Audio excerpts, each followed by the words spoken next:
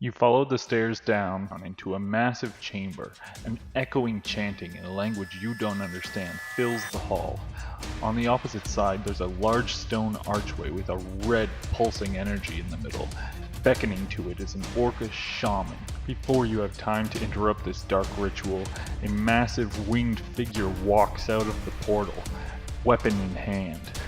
Surveys the room momentarily before looking and snarling in your direction. All of the orcs immediately turn their heads and begin angrily chanting in Orcish as they start advancing towards you and your friends. Roll for initiative! Hello friends, and welcome back to the Hall of Craft. So today I have a slightly selfish build for you guys, just a little bit. I need a barrier for my campaign.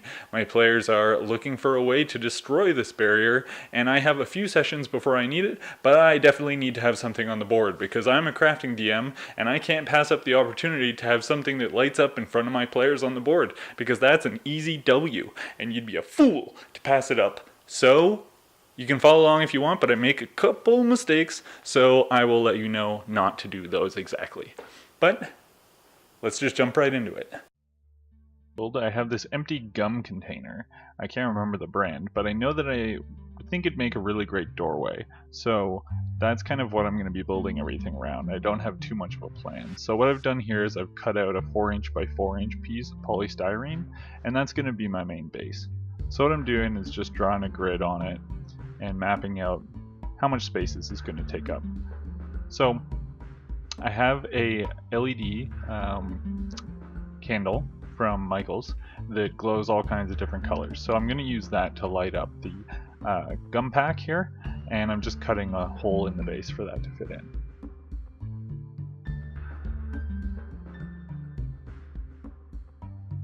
So now that I've got that set up, I know that I want stairs leading up to this portal. So I've just marked out on these outer squares, just halfway through, and then I cut out a stair. But I don't just want one giant step on this thing, so I have gone into the 1/4 inches instead of just a 1/2 inch, and I cut out 1/4 inch stairs instead.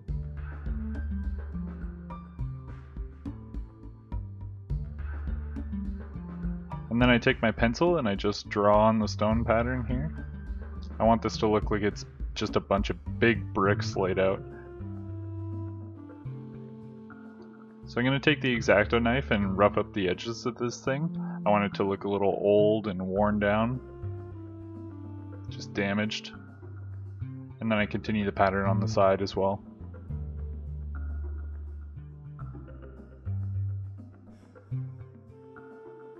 I'm going to take an aluminum foil and just rough it up. So just playing around with this gum pack here and how I want it to look like it's glowing. A good way is to use some stuffing. So now I need to cut a hole in this thing. It's a little stubborn because it's pretty thick plastic. Using the tip of the hot glue gun to try and soften it up so I can cut it a little easier with the X-Acto knife. Being very careful not to slice myself open. We were successful in that, so that's good.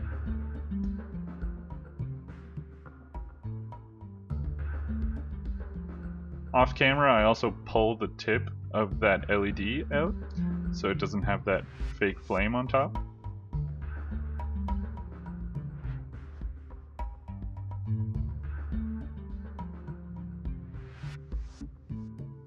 Just do a test fit, and I kind of experiment with how much stuffing I want in this thing, how translucent I want it to be, because I'm going to be dragging hot glue along it later on, and I don't want to make the light too dull.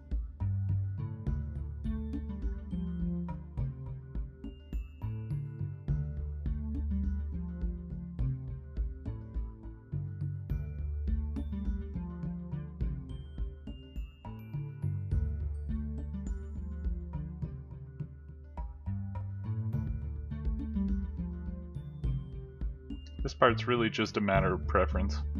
I would prefer brighter, so I'm going to go with less stuffing. I look at this and I think even that's too much.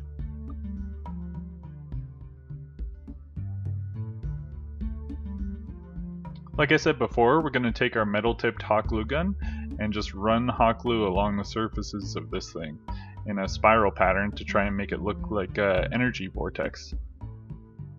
And I'll do that to both sides. Careful not to burn myself. Successfully not burning myself, so that's a win.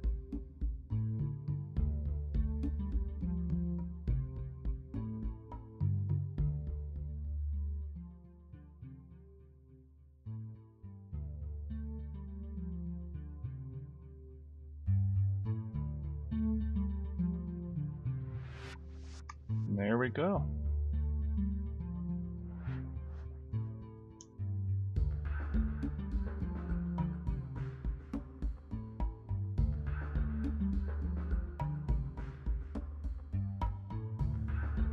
So now I'm just going to glue it to the tea light.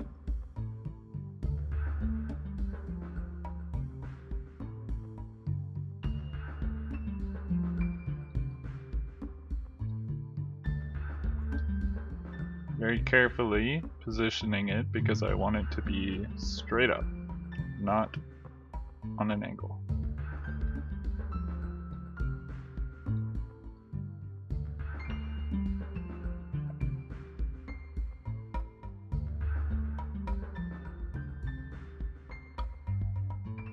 Here's kind of what that'll look like.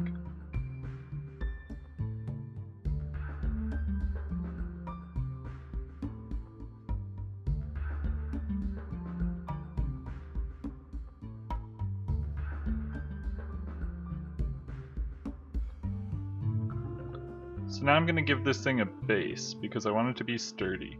So I have some MDF here, and I'm just going to cut out the 4x4 square and then stick it on. Before we stick it on, actually, I need to cut a circle in the bottom so that you can access the switch for the light. So I'm beveling this on an angle because I want it to hold the light still and give you access to that switch at the bottom. So now that we got that, we're going to glue it on.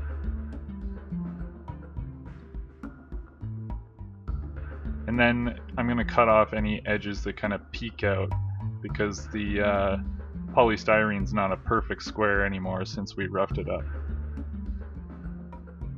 So now I'm just gluing in the tea light because I don't want that to come out.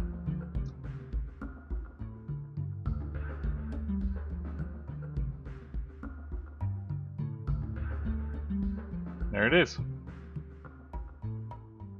So I want to try and hide the edge of the tea light. So I have some foam core here, and I've measured it out to be 2 inch by 4 inch. And I'm kind of roughly guessing how big the portal is so far, and gonna cut out a hole in the middle for that. What eventually I end up doing to make this fit better is I cut out the hole for the portal, and then I cut the sides open so it's not just like a hole and you can kind of wrap it around like that, and then I glue them on individually.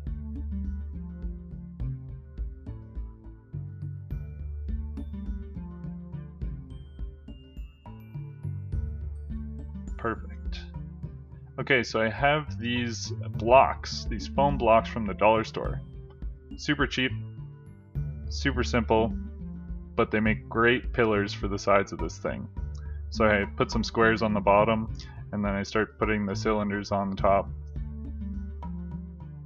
And I'm also gluing the sides of them, and actually just gluing them to the portal so far, to keep this thing honest.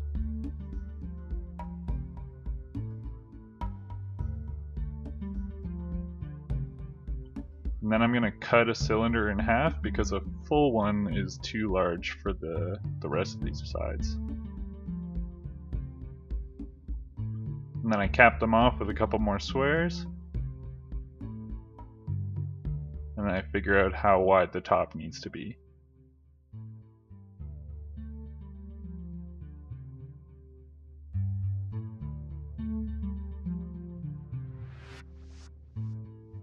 End up using 2 cylinders and then another sliver of a cylinder. That seems to fit pretty good. Again, just eyeballing this whole thing. Not too much planning went into this. Just kind of feeling her out as I go.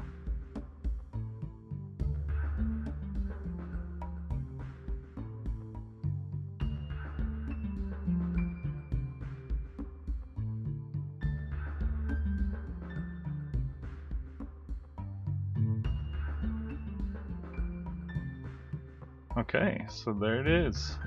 Just going to use a little more hot glue to make sure that connection's secure. It is at this moment that I have a sad realization. I want all my terrain to be playable, and I figure these stairs might be too steep because none of my miniatures can stand on them without falling over. And nothing can even stand at the top beside the portal. I take a deep breath. It's okay. We can problem solve. So what I gotta do is fix these stairs. The rest of the portal's great, very happy with it, but I need a more realistic staircase. So what I do is I cut a piece that is 2 inches wide to replace the middle section on both sides. So it's a 2 inch by 4 inch, I believe, piece. So that means it's gonna come out an extra 3 inches than it already does. So I need 2 blocks that size, and I'm just gonna cut them out.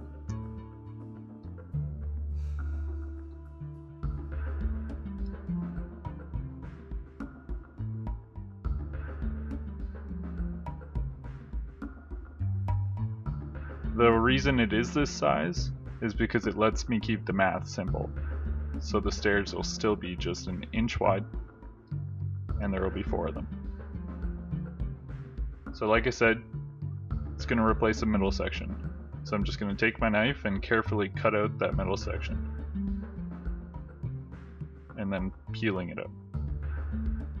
I didn't use too much hot glue, so luckily it wasn't that difficult to remove. But just kind of making sure it fits nicely. And then I'm going to do the exact same thing on the other side. Second time's always easier.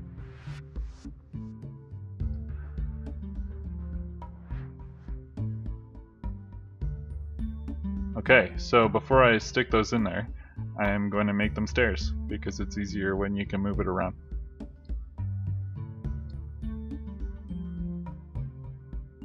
So I'm just going to mark on the sides because I want these to be mathematically accurate. And then I'm just going to take my knife and start cutting those grooves in.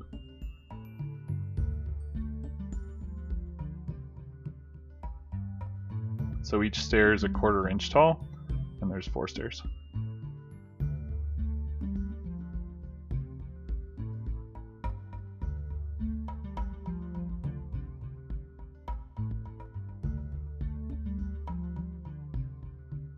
There we go. So now I just have to do it to the other side.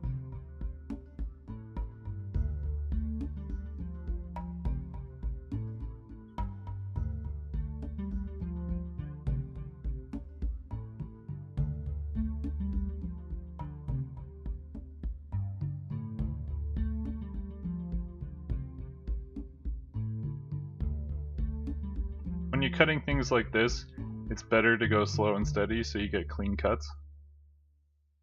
Okay, so I got the X-Acto knife out, and I'm just roughing these guys up the way that I did before. Using the tin foil and everything, and the pencil to draw in the big bricks.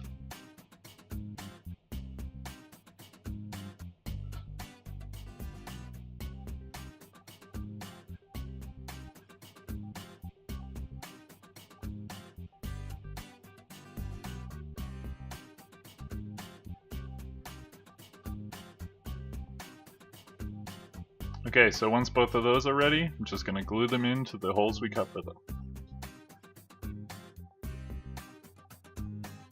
So one last thing to do is cut more chipboard bases for these.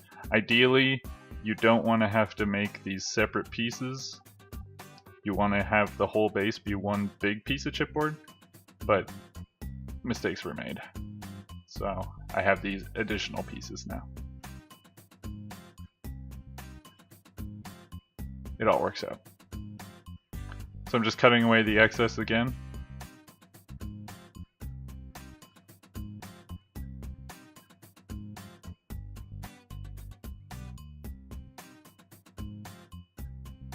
Okay, so now I'm going to take my X-Acto knife and kind of rough up the pillars a bit.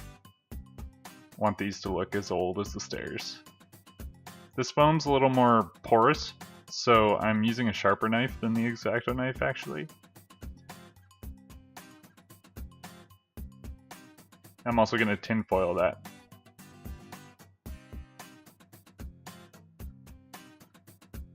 Okay, so I got these Citadel skulls.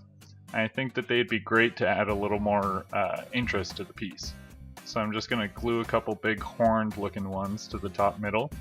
I'm going to glue a couple medium-sized ones to the squares on the corner, and then some human-sized ones down the sides of the pillars. And I'm just using hot glue for this because I want it to be quick. I don't want to hold them there or pin them there for long periods of time. The theme of this build is just getting it done and making it look good.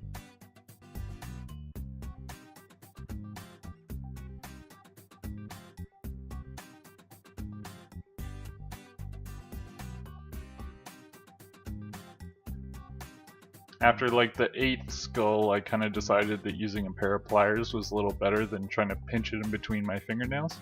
So, pro tip, pair of pliers. Okay, so now I'm going to break up some pieces of foam, just with my hands here, get some kind of rock shapes, because I felt like it was a little too perfect up there on the top, and I wanted to add a little more visual interest to break it up.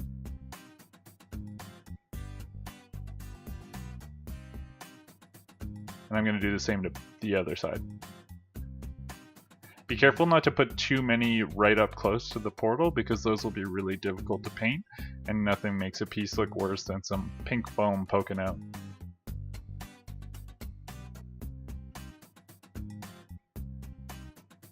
Okay, so now I'm going to black magic base coat this.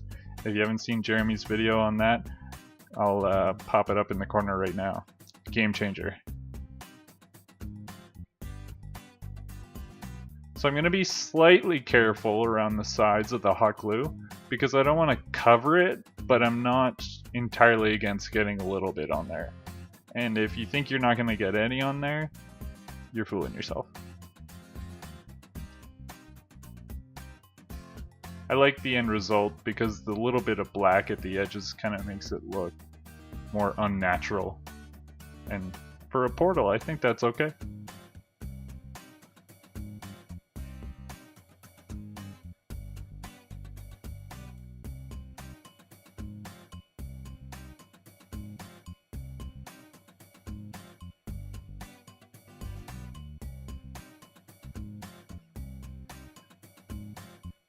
So I'm going to coat all of this except for the portal obviously and the bottom. I don't think the MDF needs a coat of this, and I don't want it to warp anyway.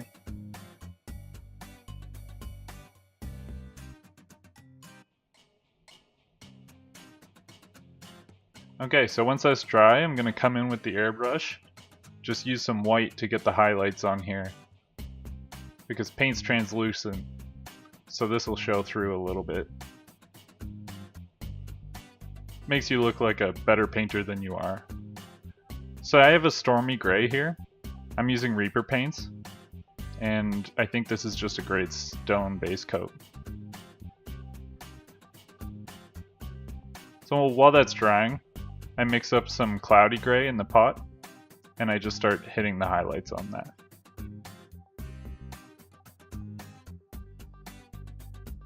Okay, so I'm gonna dry brush here, just with a cheap craft paint. It's a suede color. And about here my camera cuts out, but it's just a basic dry brush technique, and I'm gonna get the whole thing. Just be careful not to have too much paint on the brush. You don't want brush strokes.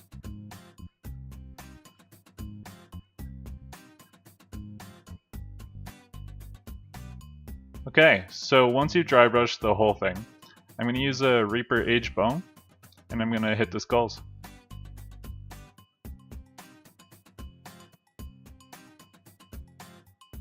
I've watered it down quite a bit, so it takes couple coats.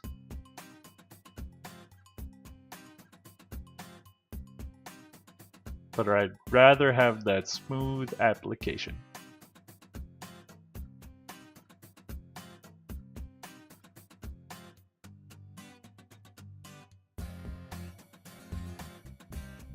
It's okay if this looks a little bright at the moment, because we're going to wash it after we do this.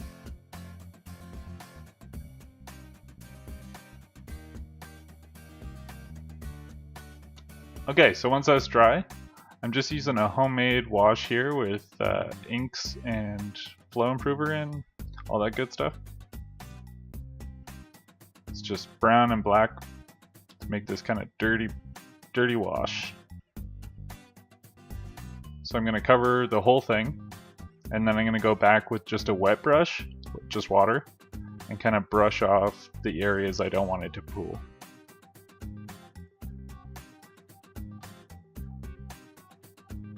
Okay, so here we are brushing off some of that excess. And that's it. So once you're done, just peel off that tape that's masking the portal, and you're good to go.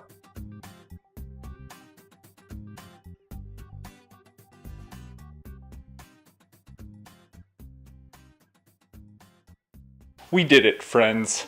Together, you and I, we accomplished this. We made a portal that we can summon demons through into the mortal plane, the prime material plane. We could call them forth from the abyss and wreak terror upon our foes, assuming they would listen to our commands, which is unlikely, but not impossible. Smash that like if you think it's possible. And subscribe if you want to see some more content like this. Comment below what your favorite demon to summon is. And I will see you guys in the next video. Bye!